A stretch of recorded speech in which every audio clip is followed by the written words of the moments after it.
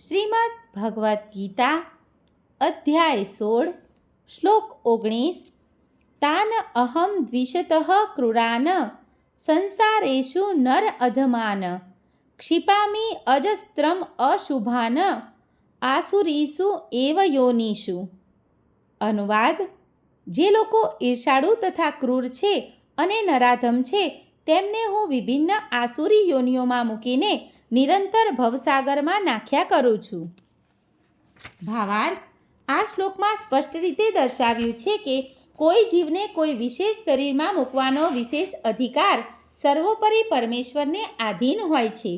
આસુરી મનુષ્ય ભગવાનની સર્વોપરિતા સ્વીકારવા ભલે સંમત ન થાય, અને તે તો હકીકત છે કે તે પોતાની ધૂનમાં આવે તેમ કર્મ કરે, તેમ છતાં તેનો આગામી જન્મ પૂર્ણ પુરુષોત્તમ પરમેશ્વરના નિર્ણયને આધીન રહેશે, તેને પોતાને આધીન રહેશે નહીં.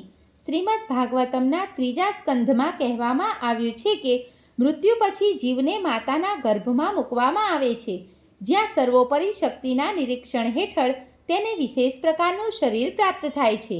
આ કારણથી જ ભૌતિક શરીરમાં આટલી બધી યોનિઓ જોવા મળે છે, જેવી કે પશુ, કીટકો, મનુષ્ય વગેરે.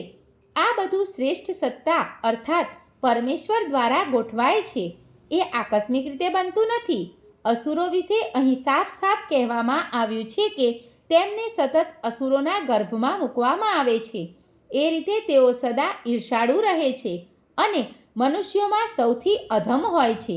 આવી અસુરી યોનિના મનુષ્યો સદા કામ વાસનામય હોય છે, સદા હિંસક તથા દ્વેષી હોય છે અને સદા અપવિત્ર હોય છે. એવી અનેક જંગલી શિકારી માણસોની જાતિઓ હોય છે જેને આસુરી યોનિવાળા ગણવામાં આવે છે. સર્વે મિત્રોને દીપ્તિ જોશીના જય શ્રી કૃષ્ણ.